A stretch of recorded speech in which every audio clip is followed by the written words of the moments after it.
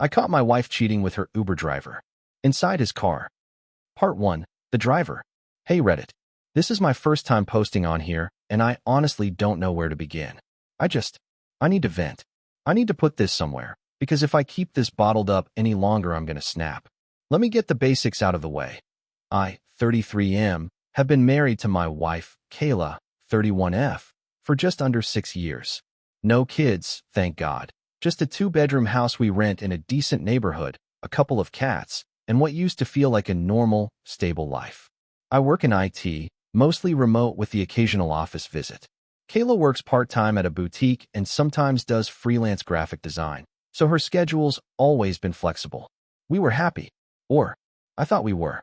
Everything started changing maybe 7 to 8 months ago. Kayla started taking Ubers more frequently. At first, I didn't think much of it.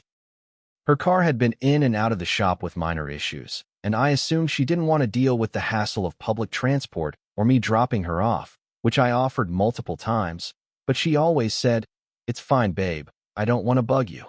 It started off as occasional rides, then weekly, then nearly daily. And it was always with the same guy, a dude named Marco. I only know that because she mentioned him offhand. Like, "Oh, Marco picked me up again today. He's funny. Says the weather's supposed to be crap all week." At first, I thought nothing of it. Kayla's social, flirty sometimes, but never once had I thought she'd actually cheat. I trusted her. Stupid me. She'd occasionally laugh at something on her phone, and I'd ask what was so funny. "Just Marco sending a meme," she'd say, and I'd roll my eyes like, "Okay, lol. I mean, what kind of Uber driver texts memes?" But again, I didn't think much of it. I'd been married to this woman for 6 years. I thought I knew her. Then it got weirder. She started dressing differently. You know how there's going out clothes, and then there's trying to impress someone clothes? Tight jeans, deep V-necks, perfume before she left. She'd say she was just meeting a friend for drinks or grabbing some stuff from the boutique. Her phone became glued to her hand, and if I so much as leaned toward it on the couch, she'd yank it away like it was radioactive. One time I joked, "Geez, what are you hiding, the nuclear codes?" And she snapped at me like I'd accused her of murder. "Why do you always have to be like this? You're so paranoid, it's exhausting." Oh, what? That was the first time I felt that cold feeling in my gut. You know the one. The moment your brain catches something your heart refuses to accept. Still, I brushed it off. We all have off days, right? Maybe she was stressed. Maybe I was projecting. I mean, I was tired, overworked, and maybe a little distant. I even blamed myself for not being more fun or exciting anymore.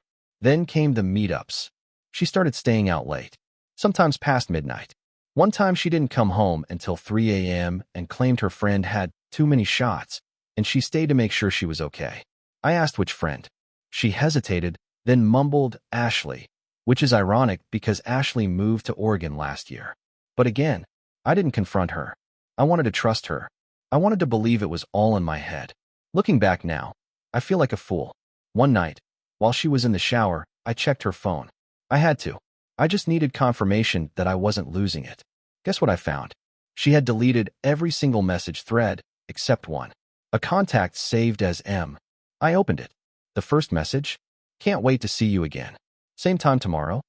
The pit in my stomach turned into a black hole. I kept scrolling. Some were jokes. Some were memes. But then, wish I could have stayed longer in the back seat. Still sore from last time, lol, you're crazy. He's so clueless. I feel a little bad, but not really. I couldn't breathe. My ears were ringing. My hands shook so badly, I nearly dropped the phone. I backed out of the messages just in time for her to come out wrapped in a towel, smiling. "You okay, babe? You look like you saw a ghost." I said I was fine. Went to bed. Didn't sleep a second. That was the moment something inside me snapped. But I needed more proof. If I confronted her, she'd lie. I knew it. I needed to catch them. And oh boy, I did. Part 2. Caught red-handed, or pants down. It's hard to explain what it feels like when your reality collapses. When you've spent years building a life with someone, and then, in a single moment, you realize none of it meant a damn thing. After I saw the messages between Kayla and her little Uber boyfriend, M. Wineglass, I knew I couldn't just explode right away. She'd lie. She'd gaslight. She'd cry and flip it on me. No, I needed evidence. Something she couldn't talk her way out of. So I made a plan. Over the next few days, I acted normal. I smiled. I kissed her goodnight. I made her coffee. I asked about her day. It was the fakest I'd ever felt in my life, but I had to keep her thinking I was still clueless. She kept doing her usual rides and errands. The guy was picking her up more than ever, sometimes twice a day, and always when I was busy with meetings. I installed a tracking app on her phone. She's not tech-savvy.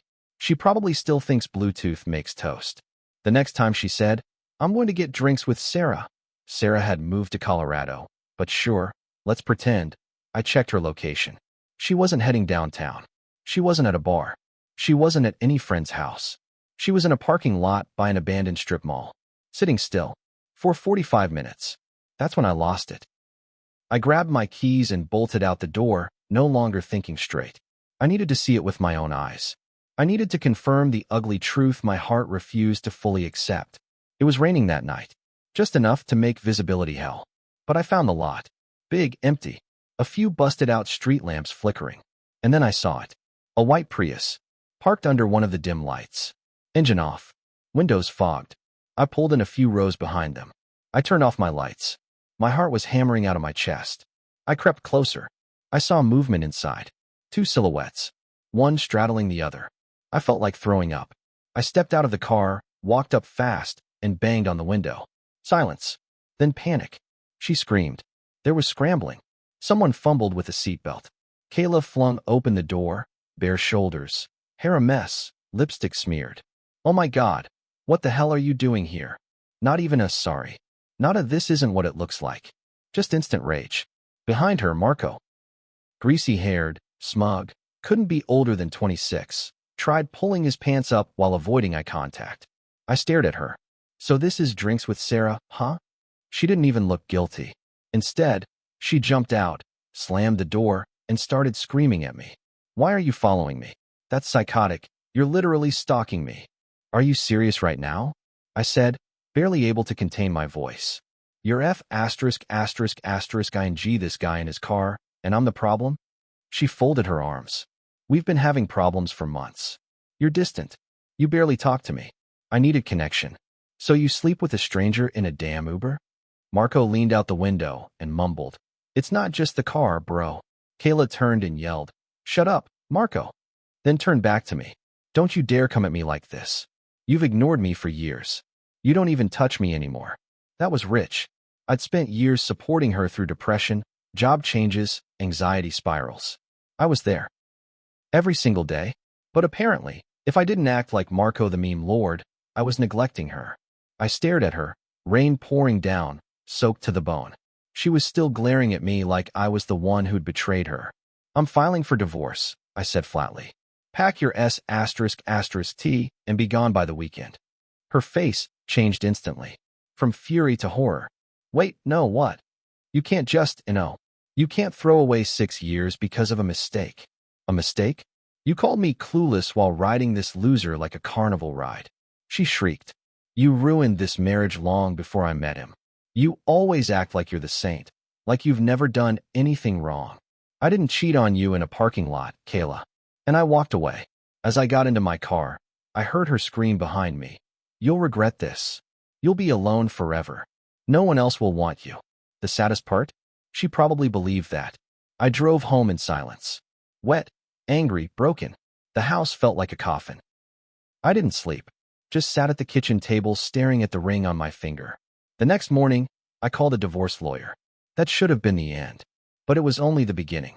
Because the moment she realized she couldn't manipulate me anymore, she escalated. And I didn't see it coming. Part 3, Nuclear Fallout. If you thought catching your wife cheating in a fogged-up Prius was rock bottom, buckle up. After I told Kayla to pack up and leave, I figured she'd spend a few days crying. Maybe try to manipulate me back, then finally give up. What I didn't expect was her going full scorched earth. First thing she did? She told everyone I hit her. Let that sink in. Within 48 hours, I had her mom, her sister, 2 mutual friends, and one of my own co-workers messaging me variations of, "What the hell is wrong with you? You're disgusting. Kayla deserves better. We always knew you had a temper." One of them even texted, "You should be in jail, freak." I was stunned. Completely blindsided.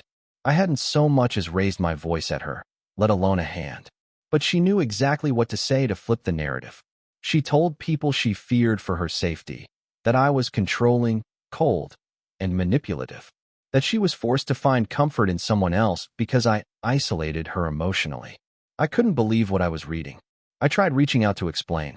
I sent screenshots of the messages between her and Marco. Proof. But no one cared. They said I was forging stuff to cover my tracks. The worst part? She beat me to the story. I was playing defense from day one. Then came the fake tears. She showed up at our house crying, wailing, like a damn soap opera actress. I had changed the locks, but she stood on the porch screaming for 30 minutes. You ruined my life. I have nowhere to go. You lied to me for years. At one point she even shouted, I'm pregnant, you psycho. My heart stopped, but then I saw the way she smirked. And I knew it was a bluff. I calmly walked to the door and said through the glass, cool. Let me know when the DNA test's ready. She kicked my mailbox in and stormed off barefoot. That night, she messaged me 17 times. A mix of threats, love bombing, and total nonsense. 1 second it was, you'll regret this forever. You think you're some perfect husband? LOL. Enjoy dying alone, you controlling POS. Then the next, please can we talk? I miss your hands. Remember that trip to Vermont? You made me feel safe. It was textbook narcissist whiplash. Guilt, rage, charm, repeat. But I was done. I blocked her everywhere. Phone, email, socials. She tried emailing me from her mom's account. I blocked that too. She even made a fake Instagram account pretending to be a concerned woman, warning me that Kayla's suicidal. I called her bluff and reported the account. Still, I didn't feel safe. I started looking over my shoulder at work. I had my company flag her number. I started carrying pepper spray in my car. And the worst part? She wasn't even living with Marco. Nope. I found out later she'd already cheated on him with another guy, a bartender, and the dude kicked her out. That's why she was trying to crawl back to me. Not because she loved me, because she had nowhere else to go. She texted my boss, told him I was spiraling and mentally unstable. Luckily, my boss had gone through a nasty divorce himself and immediately called me into a private meeting like, hey man, don't worry, I've been there. You're solid. Let me know if you need time off. Bless that man. But the damage wasn't over. Because just when I thought things were settling down, I got served. She was filing for spousal support. Let me repeat that. The woman who cheated on me, trashed my name, harassed me for weeks, wanted alimony. She claimed that because I had a higher income and she'd given up career growth to support the household. She worked part-time and mostly watched Netflix. She deserved financial compensation to maintain her lifestyle. I laughed out loud when I read it. Then I hired the most brutal divorce attorney I could find. Let's call him Shark Mike. 40s, bald, scary smart, and built like a fridge. He read the documents, looked at me, and said, we're gonna eat her alive. And he wasn't kidding. We subpoenaed Uber records, pulled text logs, tracked GPS data from her phone. Marco even got a call and folded immediately. Apparently Kayla told him I was abusive too, and that he was rescuing her. He gave us an affidavit. Swore under oath that he didn't know she was married until after the second time they hooked up. She told him I was emotionally dead and cheated first. Classic projection. With all that evidence, we had her cornered. Mike filed a countersuit denying support and requesting damages for reputational harm, which she couldn't fight without perjuring herself. And then, the biggest twist of all, one of our mutual friends, someone who had originally ghosted me, reached out, said he felt guilty. Said Kayla tried to seduce him years ago at a party when I was out of town. Apparently, she had a pattern. He also told me that she tried blackmailing Marco after I caught them, said she'd accuse him of assault if he ever talked. That was the final nail. The court sided with me. 0 alimony. Restraining order granted. Full control of the lease transferred to me. Her lies caught up with her. But somehow, I still didn't feel free. Because even after everything, I kept asking myself, how did I miss it? How did I fall for someone so fake? What the hell happened to the woman I married? Or was she always this way? Part 4. Burn bridges, open roads. 3 months have passed since the court date. Kayla is out of my life. Legally, financially, emotionally. The restraining order kept her away long enough for the noise to fade. The messages stopped. The stalking stopped. I don't even think she's in town anymore. But I still see her sometimes. Not literally. I see her in flashes, like a phantom limb. I'll be walking through the store and pass a shelf of wine and hear her laugh. I'll sit at a stoplight and see a Prius next to me, heart spiking for no reason. I still wake up at 3 a.m. some nights thinking I hear the sound of her keys jingling in the lock. Trauma echoes. After the trial, mutual friends quietly trickled back into my life. Not all, but a few. Some apologized. Some didn't say much, just showed up again like stray dogs, hoping to be let back in. I kept my circle small. The truth had been dragged into the light, but trust? That takes longer to rebuild. I learned that Kayla tried moving in with some guy she met at a bar. That didn't last. Then another. Then a couch. Then, apparently, her mom's place in a different state. She posted some cryptic breakup poetry on Instagram about toxic men and emotional vampires, but it got no likes, and she deleted it a few hours later. Classic. Meanwhile, I started therapy. Weekly sessions.